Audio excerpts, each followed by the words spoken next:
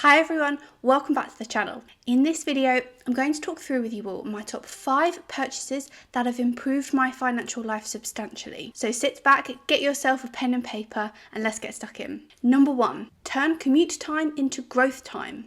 My Audible adventure. My commute to my place of work is over 1 hour each way per day. So overall, I am travelling 2 hours per day, and that totals up to 8 hours per week and 24 hours per month. I made a choice that I was going to utilise that time more effectively. When I was younger and I was commuting into the office on a regular basis, I was never using my time effectively or purposefully. I would instead sit there listening to music, daydreaming the journey away, and really just not making the most of the time that I had available to me. But I decided to make a change and make sure that I was utilising that commuting time as best as I possibly could. I recognised that I had a substantial amount of time every single day to be productive and add some value into my life. And this is why I signed up for a subscription with Audible. Audible has allowed me to seamlessly and conveniently listen to any kind of book that I want to at any given time. They have numerous genres available, pretty much every book that you could possibly imagine on their catalogue, and I have specifically used my subscription to focus on building my personal finance knowledge,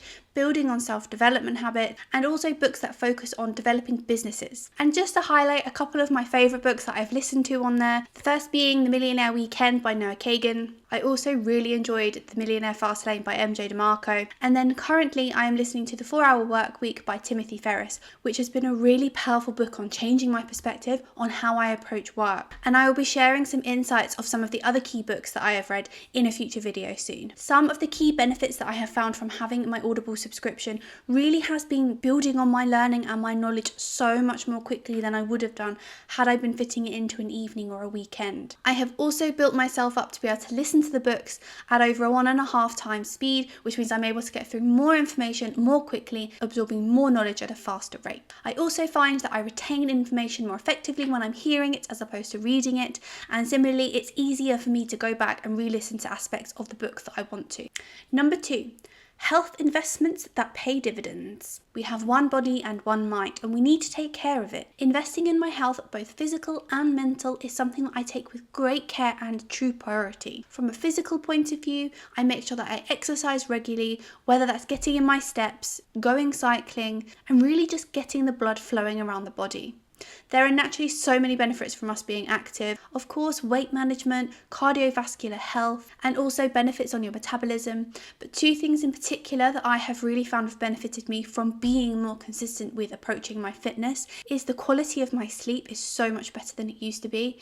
And then similarly, I have improved digestion as well. And historically, these are 2 things that I have really struggled with. Prioritizing your physical care can also have a really positive impact on your mental well-being. It's a great reliever of stress, releases endorphins, and a healthy, positive mind can help you perform much better in other aspects of your life. I have found by prioritizing both my physical and then my mental well-being has meant that I am more productive in my work, I perform at a much higher level, and I have generally been more successful with anything that I have taken on. Number 3, unveiling the power of Ikigai. So what is an Ikigai? An Ikigai is your reason for being, found at the intersection of what you love, what you're good at, what the world needs, and what you can be paid for. In my opinion, it is one of the best and most fruitful investments that someone can make. I want to talk you through the concept of Ikigai. So, finding your Ikigai is finding a combination of 4 key things, a blend of your passion, mission, profession, and vocation. To summarize, what you love, what you're good at, what the world needs, and what you can be paid to do. Once you have been able to identify something that is important to you and checks these 4 boxes, you have essentially found your Ikigai, aka your superpower. So what are some examples of how you can identify this? Even if you're sitting there thinking, I don't have a superpower, I'm not good at anything, trust me, you are wrong. Every single person has something unique and special that they can offer the world. Let's try and get your creative juices flowing. So I'm going to ask you a question. What gets you out of bed in the morning? That should spark a few little ideas, whether that is a hobby that you really enjoy going and doing, or you're really great at an aspect of your job and that makes you really excited. Identifying these small things will help you start to build and understand what your Ikigai is. Or let's say, for example, you have an idea, but it doesn't necessarily tick all of the 4 boxes. So you have something that you're really passionate about and you know that you could make money from, but you also know that you're not necessarily up to scratch and up there in terms of competition with your skill set level. So the next step with that is to invest in developing your skill sets. Invest in courses, invest in training. You need to put time and effort into it in order to see the fruits of your labour in the future. Or also, let's say, for example, you have a passion, you're really good at it, but you're not entirely sure how you could make money from it. This is where you need to be educating yourself and investing in understanding how to market your skill set. You are spending your money to learn how to leverage your skill set to then in turn make yourself money in the future. Invest money to see a greater long-term return. Crispy delights, guilt-free nights. Air fryer magic. Now, about 3 years ago, I became a complete air fryer convert. I'd never really seen the fuss about it beforehand, but my grill broke and I thought, what the heck, I'm going to invest in a 5-in-1 Ninja grill air fryer combi. And honestly, I have never looked back. Not only does it make me excited to cook every single night, but I also know that what I'm cooking is healthier because I'm using less oil, and it also tastes really amazing. I found as a result, even though I paid up front a couple of $100s for the air fryer itself, that actually I have ended up cooking at home more frequently, resulting in me buying less takeaways and saving money, and then also as a result eating healthier, which is a win-win as far as I'm concerned. One big pro as well, which I wasn't aware of at the time that I bought it, is the time efficiency.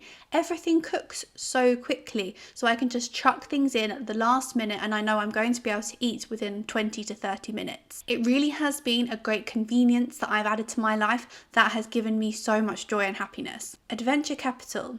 Investing in life-changing travel experiences. I have a personal ambition to travel to as many countries as possible over the next 5 years. It's something that I feel is an incredible privilege to be able to do, and it's something that I am really passionate about investing my money in to create those lifelong memories. I know that this isn't necessarily strictly a physical purchase, but investing in travel and ensuring that I am taking the time out every single year to visit somewhere that I want to experience has given me lifelong memories, which has enriched my life and made me so much happier as a result. Not only does it give you great lifelong memories, but it broadens your perspectives, and I have also found it to be incredibly educational as well. I have tried foods that never in my wildest dreams did I ever imagine I would eat. I have met some amazing people that have had wonderful life stories and have lived a completely different path to myself, and in some countries that I have visited, I have seen poverty to a level that I had never witnessed nor really knew existed, which is incredibly eye-opening and has made me appreciate and be so much more considerate of the life that I lead now. One of my most favourite parts about travelling is experiencing the culture and the food.